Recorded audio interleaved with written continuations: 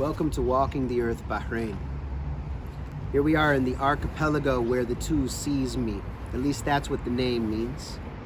So we are at Masjid al-Khamis, or the Khamis Mosque. So this is related to the Thursday market that used to be located right by here. And then before that there was a spring here. So this mosque right here is the oldest extant masjid in all of Bahrain. According to legend, it was originally built during the reign of the righteous Ummayad caliph Umar II. And but from what archaeologists have found, this place has definitely was in use from the 11 and 1200s, and so there are elements from the 1100s, elements from the 1200s, so 12th and 13th centuries of the Common Era. So we've got two minarets here, and very interesting place. So just kind of wandering around, checking out the columns and the structure of the building. The plastering looks newer, so I'm not really sure the details of the place. But this is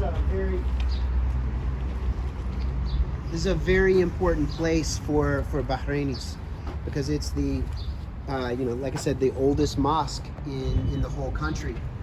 So it goes back a considerable amount of time, and it's one of the oldest mosques in all of Eastern Arabia.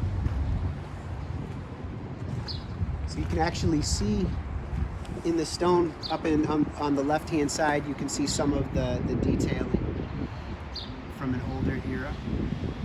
It's been interesting to see what this is like. And by the way, the visitor center here is quite well done, and I've noticed that the visitor centers in Bahrain are well done in general. The National Museum is a great starting point. The purling path is excellent. And then this place has a really nice visitor center. So if you come to visit Bahrain and you're a Muslim, this could be or interested in history or architecture, this is a great place to visit.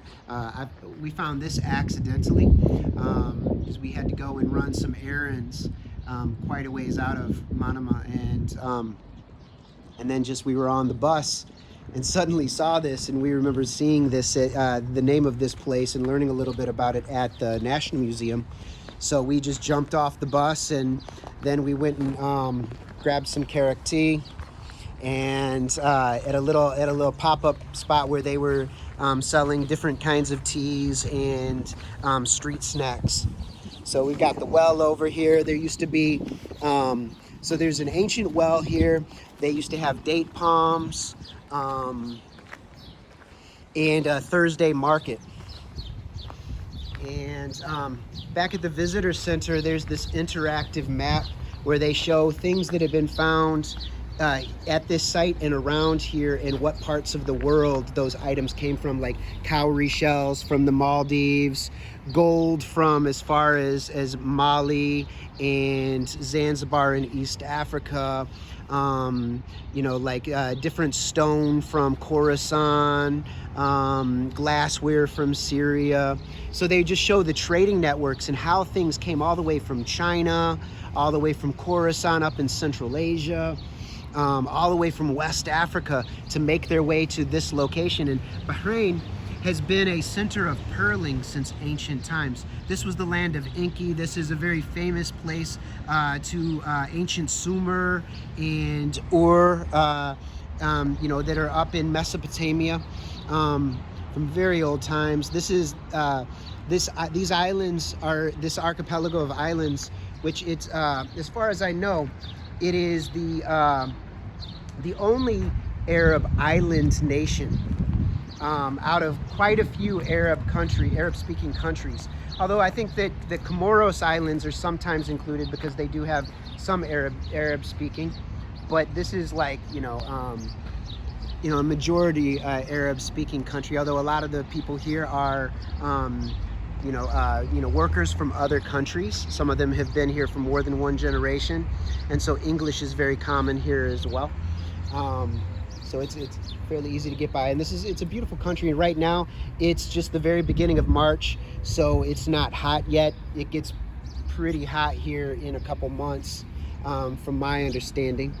But it's been nice weather. Now it's gotten quite cloudy. It's a spray day.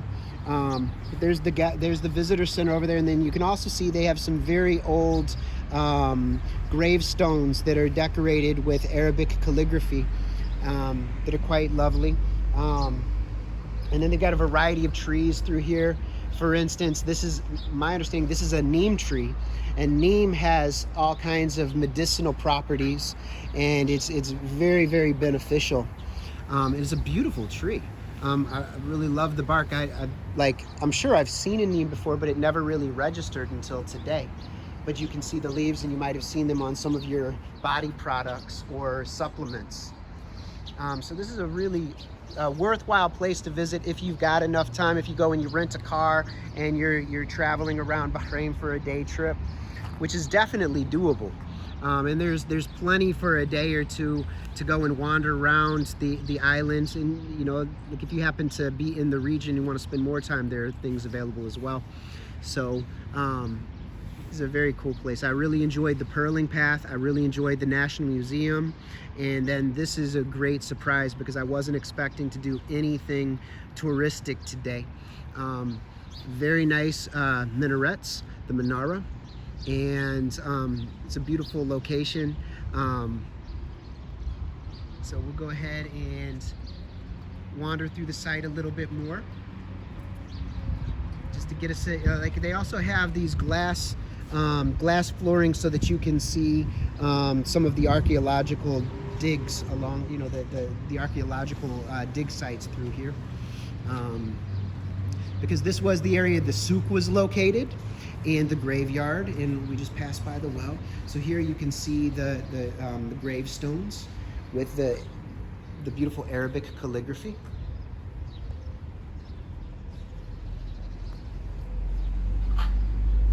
Very lovely. So there was some really high-level artisanship here in Bahrain since ancient times. And you really get a sense of that when you go to the National Museum, a very well curated museum. Very nice. You'll also eat very well when you're in Bahrain. There's a huge variety of food available from all over the world. It is a little bit on the pricier side, like the entirety of the Gulf in general, but if you happen to be here, you're going to be well taken care of. And one other thing I just wanted to add in is that I had always heard that Bahrainis were very kind and some of the nicest people in the Gulf, and you know, that's been my experience since I've been here. Including dealing with bureaucracy in a number of places. Like, it's just been really, really, you know, a lot of people have gone out of their way to help, to be kind, and I just really appreciate that, especially after having had a number of bureaucratic experiences that were not so fun. So in another country, so that doesn't need to be named here. But anyway, so this is a lovely place. It looks like they've got a very serious 4 or 5G network up and running, and you can definitely see some interesting frequency patterns in the clouds. Beautiful palms throughout the island. Because it is early March, there are lots of flowering trees and flowers everywhere, which might surprise you in a desert country.